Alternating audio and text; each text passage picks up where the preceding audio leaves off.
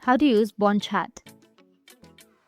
So if you want to use Bonchat, then what you need to do is first you need to head over to your App Store on your iPhone or Google Play Store on your Android and then search for Bonchat.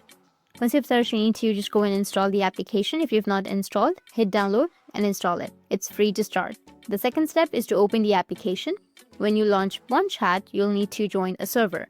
So first allow the notifications.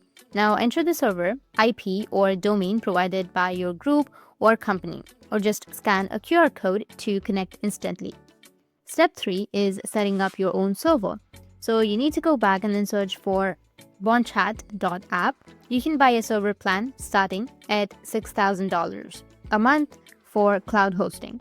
This gives you full control over your data with encryption. It's super secure. Now the fourth step is start chatting. Bonchat interface is easy to use like WhatsApp, send messages, share files, or create groups with customizable permissions. It works on phone, tablets, and desktops. So you're always connected. It has super top-notch encryption, so only you and your contacts can read your messages, plus you can host it on your own servers for extra privacy. It's perfect for companies or private groups.